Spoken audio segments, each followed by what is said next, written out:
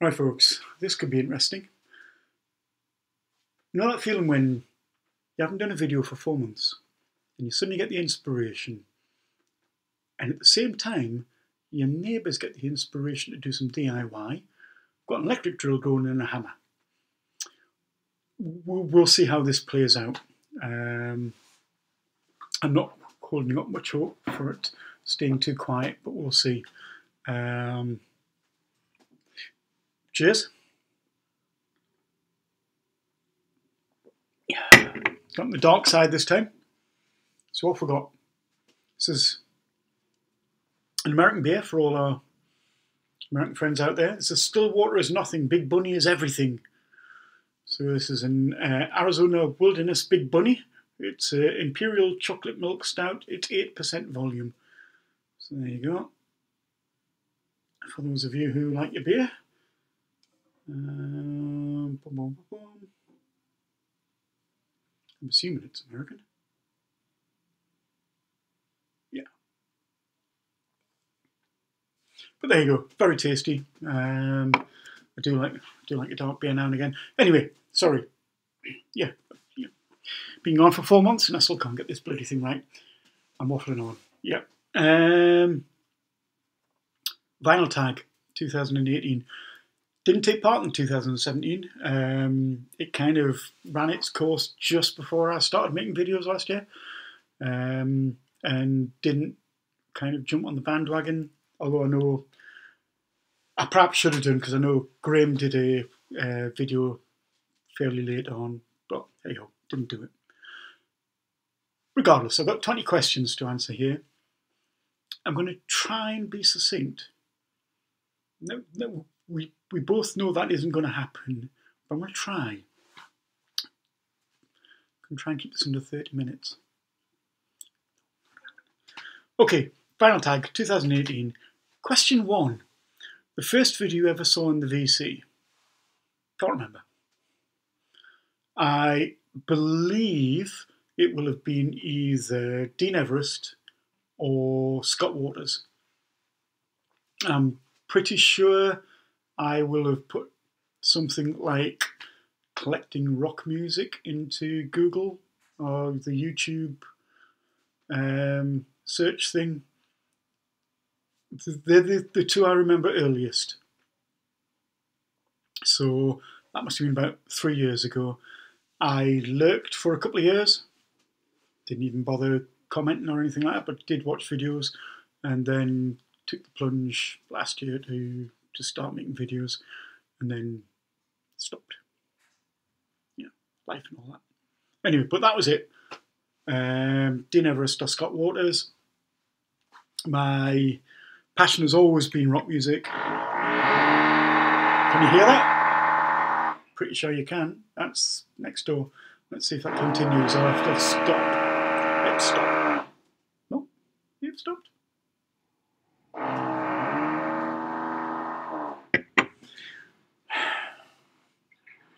You know what? Beer makes it all better. I seem to slow down a bit. If they start hammering again or drilling again, I'll stop and we'll go again. Okay, question 2. Favourite record discovered via the VC? And I think I have Lisa to thank for this. She showed this, and everyone knows Lisa. She's brilliant. Has an amazing enthusiasm for music. Brilliant stuff. And she pointed me in the direction of this, Stephen Stills' Manassas. Now, as we'll find out later on in the sort of Vinyl Tag, there are a lot of bands that I kind of flirted in and around, but never really dug into that deeply. Crosby, Stills and Nash, one of them. I loved what I've heard, but I've never really gotten into them that deeply. I mean, other than Deja Vu and another compilation album I think I've got, and a compilation CD, not really got any albums by them. I think Lisa showed this, and it's beautiful. Absolutely beautiful. It's a gorgeous, gorgeous album, sort of Americana-y, folk rock, beautiful, beautiful vocal harmonies, great playing. I can't believe it's taken me this long to find it, and I can't thank Lisa enough for pointing me in that direction, so thank you, Lisa. Lovely, lovely album. Question 3. What are your other hobbies? Okay. As Carson said, this is becoming a bit of a theme in the VC, so I'm going to mention photography. I know this is a strange one. I jump on hobbies like nothing else. I tend to get really invested in them and then leave them for whatever reason, which is why I'm desperate to make these videos, because I don't want this to happen to the VC. Photography was always something I was interested in as a kid, loved it, never had the money to really sort of go into it with any sort of great depth or experience or anything. Always wanted to take it further. I've had numerous cameras over the years, SLRs, DSLRs, never really done anything with it. This year, well, last year, both Jill and I decided we wanted to do something together that we could also do apart. So I suggested photography. Whenever we're on holiday, we can go out and do whatever we want. So I bought myself a camera, I bought Jill a camera for her birthday, and yeah, so we embark on Thursday of this week on a 10-week photography course. I'm not going to claim to be any good at it. I can recognise a brilliant picture when I see it, except when I'm looking through the optical viewfinder. Hey ho, we'll see. I enjoy it. I'm not out there to become the next David Bailey or anything like that. But hey, there you go. Like I say, in and out of hobbies. When I was in my late teens, early 20s, comics were huge. Service. I love comics. Not so much in Marvel and DC, although I had a soft spot for the X-Men, and DC, Green Lantern and Batman were my favourites. But primarily in that sort of era of the mid to late 80s, it would be things like First Comics and that kind of thing. So John Sable, all that kind of thing. Just independent comics. Somerset Holmes was another thing I sort of followed quite a bit. Love them.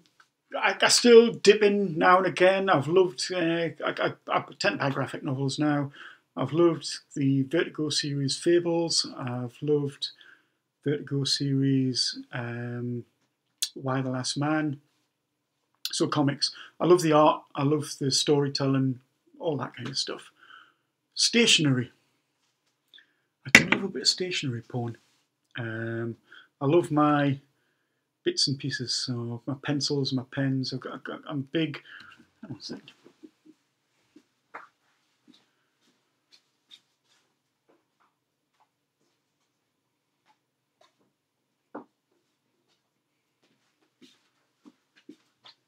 God, this is an interesting video, isn't it? Yeah. Anyway, pens. I love my pens. So, fountain pens of all different shapes and sizes.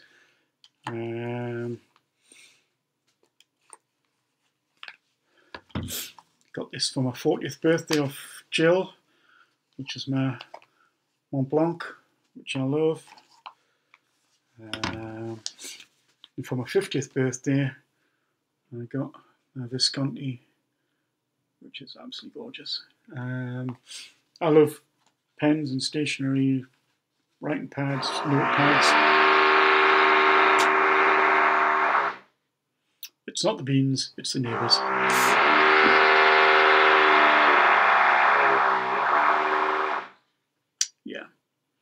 This is either really entertaining. I'm going to stop this now. Right, things seems to have quietened down. We'll see. Who knows? Don't know what they're doing, but it's extensive. Right, hello. Where were we? Yeah. So, hobbies. Yeah, I'm rattling on about this far too long. I said I was going to keep this succinct. Never mind. Reading. Love reading. Although in the last year, not being so up on it. I have a love-hate relationship with my depression, which tends to affect the things I enjoy doing. So reading is usually the first thing that goes because I just don't have the attention span for it. It's something I've lived with for years and years. This year has decided to just help itself along a bit. But there you go, coming out the other end, the pills help.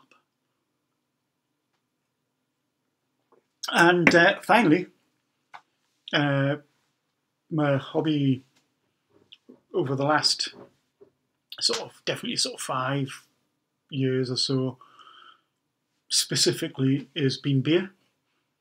I've always loved booze. Not for getting drunk. I hate getting drunk. Don't like getting drunk. But I do enjoy the flavours of it all. Beer is my tipple of choice at the moment, as you might have noticed by the videos that I do. Love it. Really, really enjoy my beer. So, I've currently got around about, I don't know if you can see here, but there's about 100 bottles of beer here, and then in various cupboards around the back there's about another 100. But there you go. Got to work my way through them. Okay, let's look. Vinyl tag. Yeah, let's get back to this. Start again. Why did you start to collect? All right. Well, I don't really consider myself a collector. I consider myself a listener. But I am going to sort of temper that by saying, as anyone who's watched my introduction video will know, I sold a lot of albums when I was a student just for beer money. Regretted that. So I now find myself in a position where I never get rid of anything, regardless of what it is. That's going to have to change because space is getting tight. I mean, it might look as if there's a lot of space back there, but trust me, all the racks over there are full up, and I've got stacks and stacks sitting on the floor. And a wife with stacks sitting on the floor is not a good thing to live with. So that's going to have to change. I mean, I've been a collector since I got my first album. Got my first album in 1976. I've loved music before that. I've loved it ever since, and I can't see a time when I'll ever stop loving it. I like music of all different types. There are some types which we'll come to later that I would like to get to know more about, but hey ho, there you go. Question 5. Do you play an instrument or are you in a band?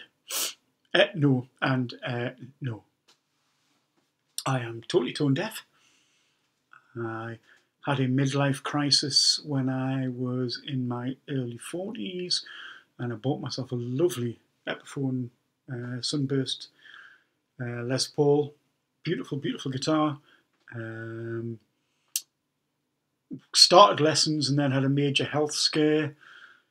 Couldn't play for about a year, and by that point, it had just gone.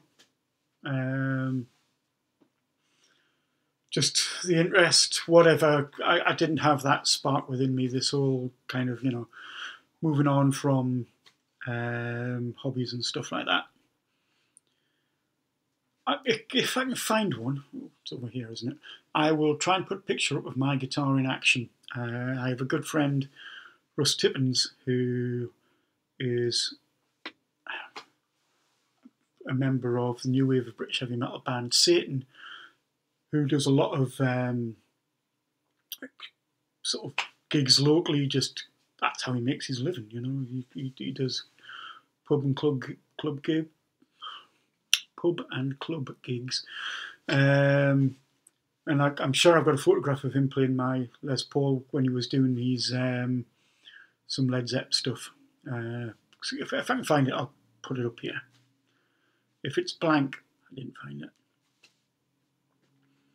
I did sing once in front of around about 70 people as part of a band. I sang Rockin' All Over the World by Status Quo and Hi Ho Silver Lining by Jeff Beck. It was part of a fundraising event for our department to raise money to send staff on educational visits and that kind of thing. It was called the Phoenix Nights. Anyone who's seen the TV programme Phoenix Nights will know that the acts on there were universally dreadful. The idea was not to be good, and boy, did we hit that on the mark. Rather than Jeff Beck's guitar solo, I did a kazoo solo on High Ho Silver Lining. There is a video of it out there, which I have, which I won't be putting on here. There you go. Can't sing a note, can't play a note. Always been envious of those who could, but hey ho, there you go. Ever worked in a record store? No, it would be too dangerous. Oh, that was a quick one. Anyway, favourite album from the year you were born? Wow, let me show something again. Right.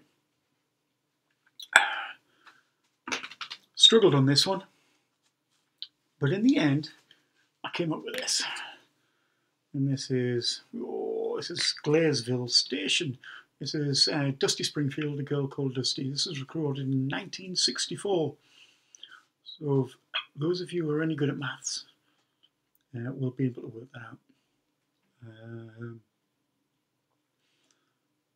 This has one of my favourite all-time songs on, Anyone Who Has a Heart. It is brilliant. She is one of the most underrated vocalists there has ever been, and if you've never listened to Dusty Springfield, I heartily recommend you do. So there you go. In the year I was born. This is a limited edition Simply Vinyl re-release, which was excellent. Really, really, really nice sound quality on that. Alright, where am I? What classic record have you never heard?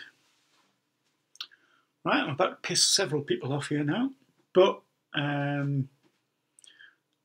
don't think, I could be wrong, but certainly never been sober or lucid enough to remember ever listening to a Rolling Stones album all the way through. I've got a live album on CD, and Jill has a compilation on vinyl and a live album on vinyl.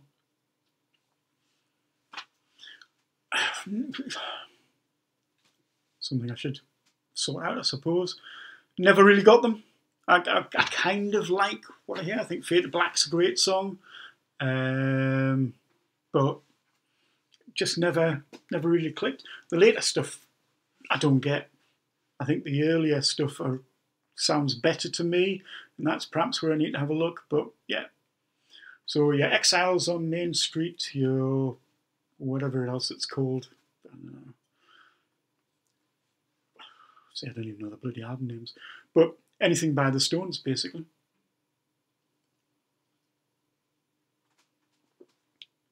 I do have to say, though, Wild Horses and Angie are two of the best songs I've ever heard. There's no logic behind my musical taste. Show a guilty pleasure record. I'm a little bit like Jeff Party on this. I'm not so sure there is such a thing as a guilty pleasure. If you like it, you like it. It doesn't matter what anyone else thinks. If it mattered what other people thought, we'd all be homogenous and like the same stuff. However, there are a couple of albums in my collection that I think Perhaps, I bet not in there. Back in the early 2000s, I was a clinical tutor for Liverpool University, teaching radiotherapy students. And we used to go away on field trips to the Lake District. And the students would bring along their music and they'd play it in the sort of activity centres we were at and stuff like that. And one of the popular acts of the time was this lot, S Club 7. Now, I'm not going to say by any stretch of the imagination that I ran out and bought these CDs on the back of those student outings. I actually picked these up for 50p each from a guy at work.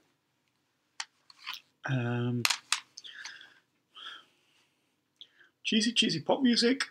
It's god awful, but it's got a place here, so I'm not getting rid of them. Yeah, sorry. Okay, question 10. How long are we in here? Oh, about a minute in for each question. That's not as bad as I thought it was going to be. Strangest record. I had a couple that I could pick for this, but I went for a record store day release from, must be about 3 years ago. Maybe it's 4, can't remember. And this is The Space Project. And this is a box set of 7-inch singles that had a number of acts. So who have you got here? I've never heard of most of these. I mean, Spiritualized I've heard of. The rest I've never heard of. Porcelain Raft, The Antlers, Mutual Benefit. Oh, I don't know. I mean, these could be huge acts as far as I'm aware. Just don't know. What they are, though, it's basically sort of electronica dance type music over the sound recordings that Voyager 1 and Voyager 2 made as they passed the planets in the solar system. Good stuff, eh? So, we have 2 acts doing Jupiter, 2 acts doing Miranda, which is a moon of one of the planets. Let's say Jupiter. Let's pretend I know what I'm talking about. Neptune, the giggle-tastic Uranus, Saturn, boring Earth, and Io. It's brilliant. I love them. They're a little bit different. And they're just black vinyl. But it's a really clever thing to have done. It's done well. I've always been interested in space. Comes with a great little coaster.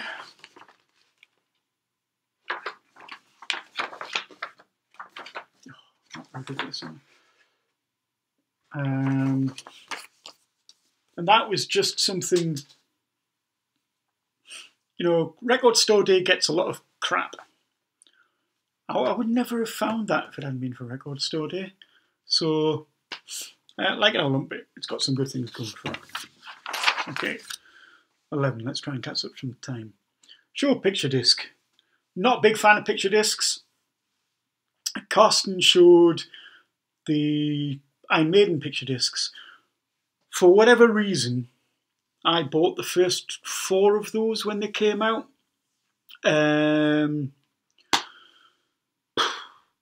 they sound shit. I mean, they really. I mean, I've played them once, can't play them again. They just sound bloody awful. So I try and stay away from picture discs. I can't remember buying this, but I obviously did. I mean, it's a great cover. Ogden's Nut Gone Flake by Small Faces. It's a brilliant, brilliant album, and it sounds fairly crap. Played it once or twice. I really need to hunt out a proper copy of that. But anyway, picture disc, Small Faces, Ogden's Nut Gone Flake. Okay. Best posthumous release. Well,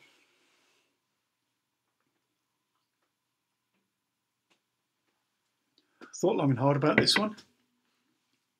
And I had to go back to a record that I think came out in, must have been the late 80s, about 87-ish. I saw this band in 1980 at Newcastle City Hall on their first ever tour, and that's Blizzard of Oz. So Randy Rhoads, tribute album.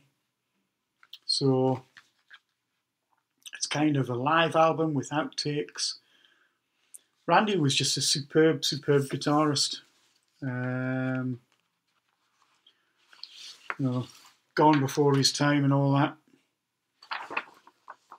So here's your poster bit.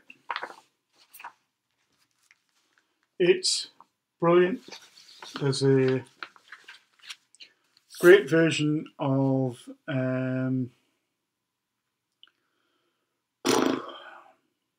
D, where Randy's just trying to work it out in the studio and just playing around, and you can see the sort of genesis of the track. Superb guitarist, gone far too soon. I'd love to have known what this guy would have done had he survived longer.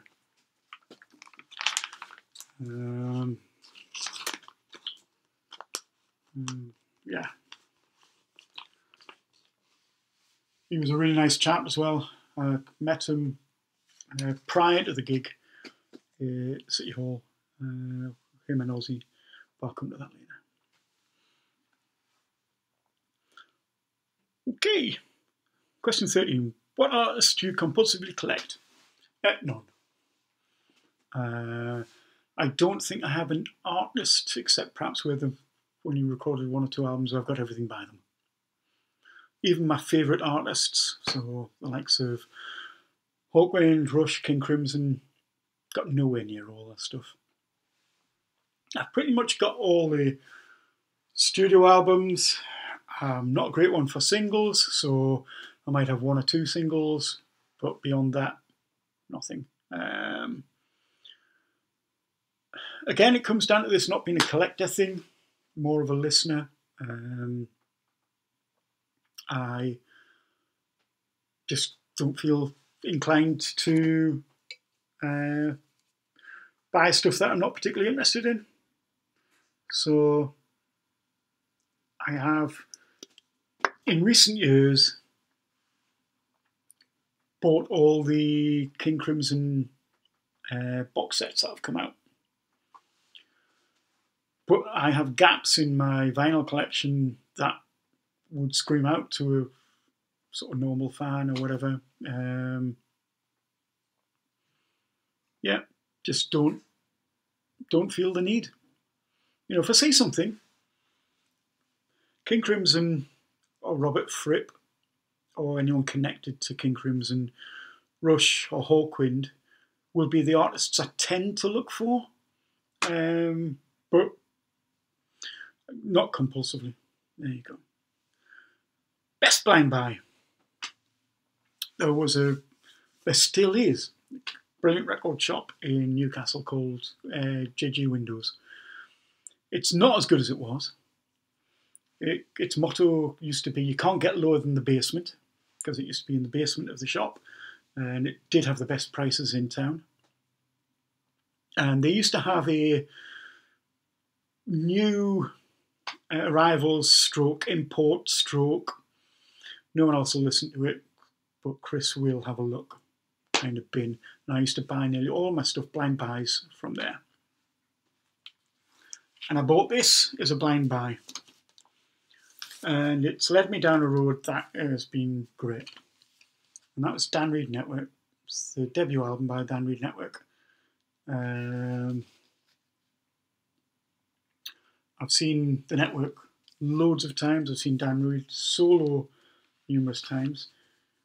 For some reason, I got them all to sign the inner sleeve rather than the outer sleeve.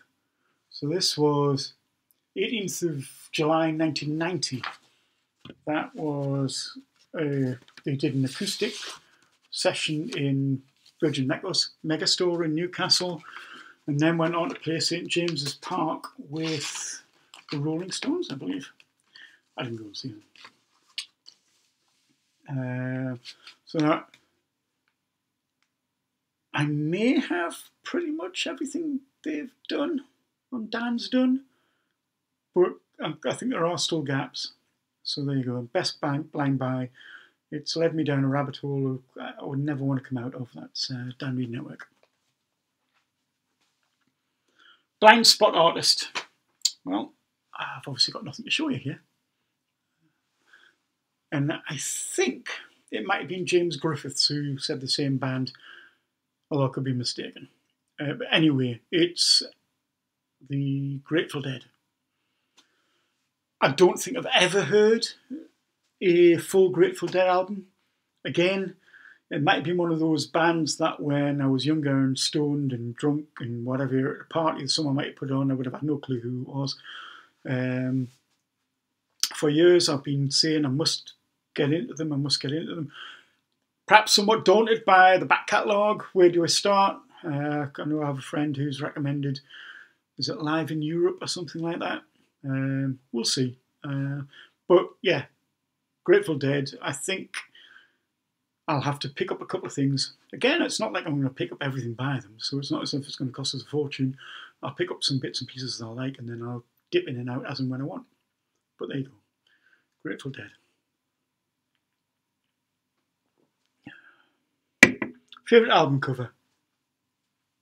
I found this one really hard because I've got a number of albums that I really love. I love all the Green Slade albums, and anything Roger Dean's done, the Rodney Matthews albums that he did for Magnum and the like.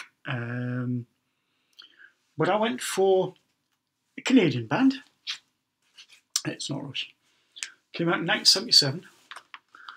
And this is a strange band in that the sort of spiel and story behind them was it was the Beatles. Honest Gov. And that's Clark-2. And this is their album Hope. And I love this cover. Album came out in 1977. The guy who did this, I can't think. Ted Jones. There was a guy, he was a graphic artist, did this, guy called Ted Jones. I'm not sure he did anything else, but this is an absolutely superb cover. I absolutely love it. I can stare at it for hours. Anyone who knows Clark-2, they're a sort of psyche, proggy band. They have that sort of slightly Beatles poppy edge, which is kind of where part of the story came from. The bit at the bottom here is the emblem of the previous album, which may have been their first or the second, I can't remember. This is brilliant. I love it. It's totally barking out there, psyche proggy stuff. If you want to go on a wild ride, take a listen to this. That's Hope by Clark-2. But it is a beautiful, beautiful album cover. It's a concept album, as you might not be surprised to hear, about the last of an alien race who, and he's the lighthouse keeper, and there's the lighthouse, etc. And it's about his, sad loneliness.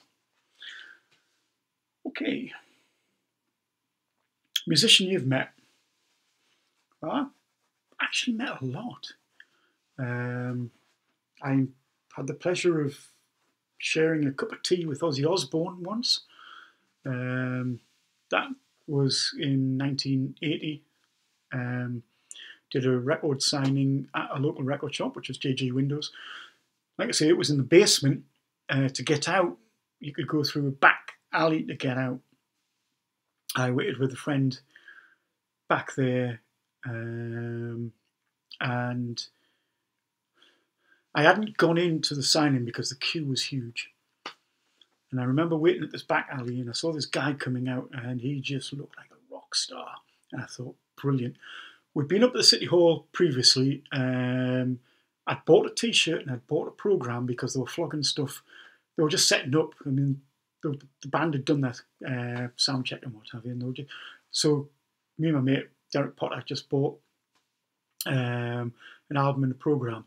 So I got Ozzy to sign my programme. I ran up to him and said, "Would you sign my programme?" And the bloke just kind of looked down at us and went, "I think it's him you want." And there was this little guy behind him, and that was Ozzy. So I mistook a roadie for Ozzy. But anyway, long story short, we ended up back at the hotel. He asked us if we wanted a drink, and then proceeded to order us a pot of tea because he could tell we were underage. Never mind. Hey-ho. But that's not the story I'm going to tell. I know. So, those of you who've watched my videos before will know that I attend an event called Mr. Drayton's Record Player. And what that is a guy who's a local BBC radio producer who hires out a room in the Tyneside cinema and plays a vinyl album all the way through. People just sit and listen to it, watch a slideshow of photographs of the band going on, and it's great. I usually use it as an excuse to troll the record shops of Newcastle beforehand, buy a couple of albums, and then just turn up and do a show and tell kind of thing. I remember turning up one time, and I'm desperately trying to remember the band. I believe it was Hounds of Love by Kate Bush. And we sat in there, the usual crowd who get in, just sort of chatting away. A couple of walks up to the little bar at the side, and I thought, oh, I recognise her. And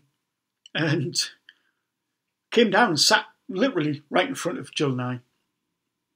And I thought, I do recognise her. I opened up my record bag that I just bought, and it was Catherine Williams. Now, Catherine Williams is a singer-songwriter. Originally from Liverpool, but has been based in Newcastle for a long, long time. She was nominated for the Mercury Prize for her second album, which I think was Dog Leap Stairs. Could be wrong, but I think that was about 2000, 2001. I'd picked this album up that day, so like total fanboy that I got her to sign it, and she said, "To Chris, on our night out, love Catherine Williams," smiley sort of fishy face thing. But anyway, this is a great album. This is an album of jazz standards done with the vibes player Anthony Kerr, and it's lovely. I do enjoy Catherine Williams. Great singer-songwriter. She's a lovely person as well. Her husband owns a local bakery and cafe in Newcastle, where you can get a brilliant soup and sandwich deal, should you feel inclined. Catherine's quite often around if you want to be a bit of a fanboy. Okay. We're nearly there, don't worry. Sentimental record. I've shown this before, but hey ho, tough. It is a sentimental record for me. That's John Denver, Spirit. This reminds me both my father and my father-in-law. That song there, The Wings That Fly Us Home, will more likely be played at some point during my funeral. Certainly be played during my father's funeral. Yeah, just love it. I will never be able to look at this album, think of this album, or listen to this album without thinking of both wonderful men. . Cheers, Ted. Miss you, mate. My dad's still around.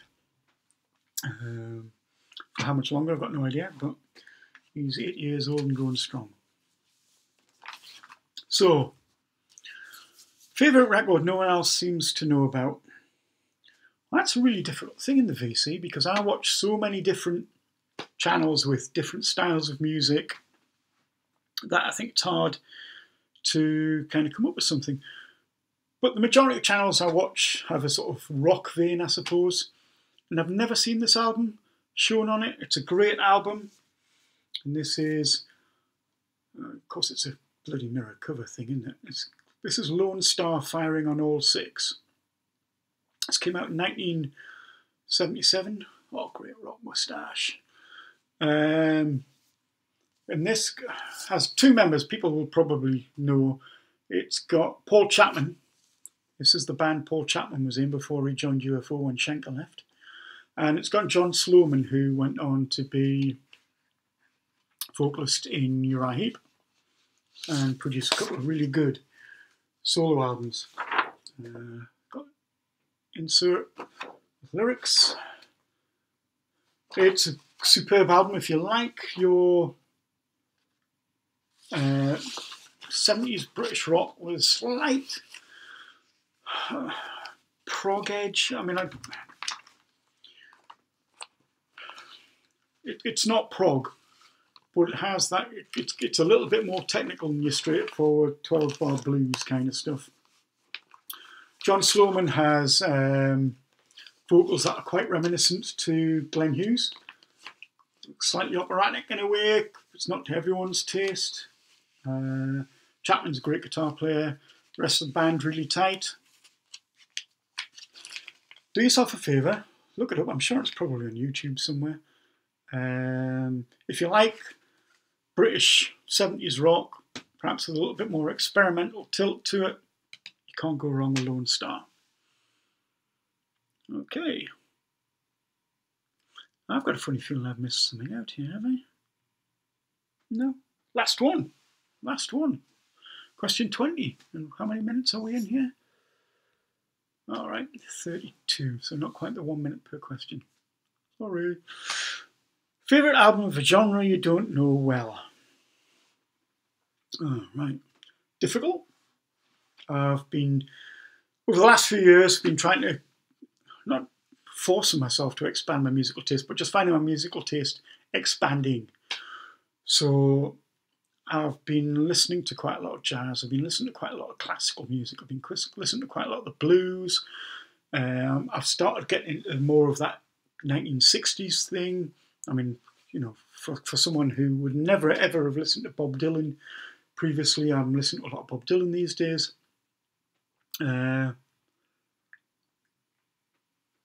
So trying to think of what genre I don't really know about was difficult. But I came up with the sort of electronica, dancey, groove music. I don't know if that's a genre. I'm making it up as I go along here. But inspired by this album. This is another spec buy. And again from Windows. This is a Spanish band called Akron. I've still got the Windows sticker on because this cost me all of £14.99. Came with a CD. It's, how to describe this off? This is an album called Synaptic Beat. Synaptic Beat is groove music.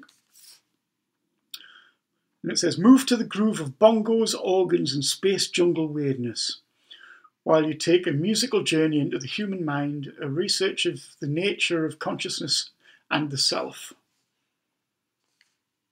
That's bloody brilliant. I need to, sorry about the glare. I need to take out, to listen to this more. The album sleeve, I don't know if you can see, has different, this is not going to work, is it? Great bloody video this has turned out to be. Anyway, you can move the, these are meant to be synapses in the brain, and you can move the neuron points. Trust me, it's very cleverly done. I think it's just black vinyl. Yeah. But yeah, something like this, something a little bit sort of dancey, trancey, proggy. I found it really interesting. You know, they have another album out which is on Bandcamp, which I'm going to order. Except not if you're watching Jill, I'm definitely not going to order it, trust me. But if you go onto the Bandcamp page, that's Akron, so that's Akron. You can obviously have a listen to the album. I suppose I quite like it because of the Hawkwindy type weirdness going on. But anyway, there's my vinyl tab. Blimey, that's 2 videos one day. Let's see if I can do 3. Now, there are a couple of contests I want to take part in, just to sort of get my eye back in, as it were. There you go. Vinyl Time 2018, over and out. Cheers, guys.